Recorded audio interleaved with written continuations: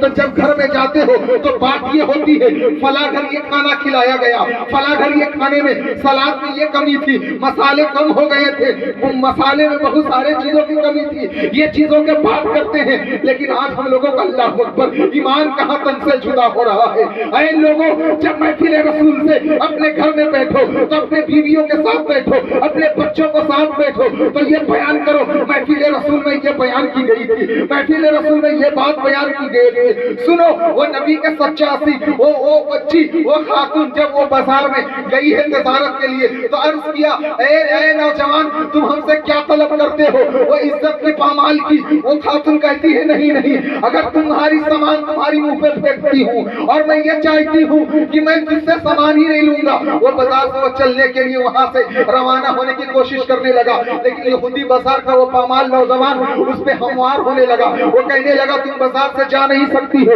تم میری جب تک دلی خواہش نہ پورا کرو گی تب تک جا نہیں سکتی ہے۔ جب اتنا میں وہ عورت جانتی ہے، وہ خاتون جانتی ہے کہ انسان، یہ جاہل انسان، یہ ناگوارا انسان میری عزت پر پامال کر دے گا، میری عزت کو خاتمہ کر دے گا۔ اتنا ہونے کے بعد وہ عورت، وہ خاتون، وہ نبی کا عشق میں مچلنے والی عورت اس بات کو اس کو حیران فکر ہونے لگی، اللہ اللہ اب کیا ہوگا؟ بازار تو یہاں یہودیوں کا ہے، یہاں مسلمان کہیں نظر نہیں آ رہے ہیں۔ جب وہ انسان، وہ دکان کا تاجر اس سے غلط کرنے کے ارادہ سے اس کے جانب بڑھنے لگا تو وہ عورت دل ہی دل میں دعا کرنے لگی، اے رب قدیر، میں اسی نبی کا کلمہ پڑھتا ہوں جس نبی کا کلمہ پڑھ کر حضرت آدم نے دعا کی تھی۔ تو دعا کرتے کرتے وہ بہت پہلے اتنا دعا کیے تھے کہ ان کی آنکھ سے آنسو کا سیلاب بہ رہے تھے، دعا قبول نہیں ہو رہی تھی۔ جب اس نے میرا نبی کے کلمہ پڑھے تھے حضرت آدم تو ان کی دعا قبول ہو گئی تھی۔ سبحان اللہ،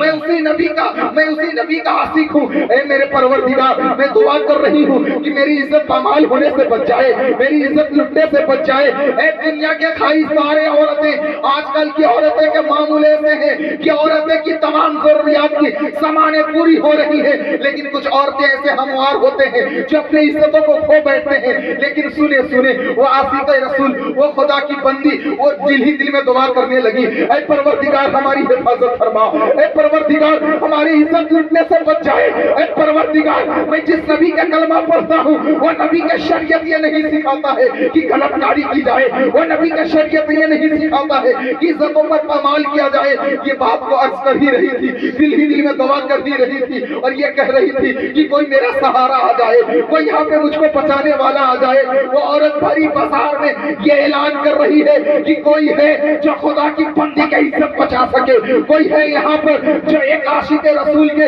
عزت بچا سکے، کوئی ہے یہاں پر جو یہ خاتون کو جو نبی سے عشق کرتا ہے اس کی کوئی عزت بچا سکے۔ تمام بازاریں خاموش پڑے ہوئے تھے، لیکن سنے تھوڑی دیر میں ایک نوجوان جو مسلمان تھا اس کا دل ہی دل میں ایمان جوش مارتا ہوا کھڑا ہو گیا اور کہنے لگا میں مسلمان ہوں، میں تمہاری عزت لوٹنے سے بچا سکتا ہوں۔ اتنا کہنے کے بعد وہ تاجر کے پاس وہ مسلمان گیا، جب وہ نوجوان اس کے قابل مقابلہ میں کھڑا ہو گیا تو کہنے لگا ارے تمہاری ہمت کیسے، تو یہ لڑکی کو چھڑانے آ گیا، یہ بندی کی یہ خاتون کو تو ہم سے لے جانے آیا، اس سے رشتہ تمہارا کیا ہے؟ اے لوگوں سنو، جب میرے نبی کا کلمہ پڑھنے والے ملے نا، یا وہ پاکستان کے ہو، یا وہ افریقہ کے ہو، یا وہ انڈونیشیا کا ہو، یا ترکی وہ جرمنی زبان کے ہو، لیکن سنے جو نبی سے محبت کرتا ہے ہم اس سے محبت کریں گے، ہم ایسے عاشق رسول ہیں۔ اتنا کہنے کے بعد وہ تاجر پوچھتا ہے اے نوجوان بتا یہ تمہاری بہن ہے، یہ تمہاری خالہ کی بیٹی ہے،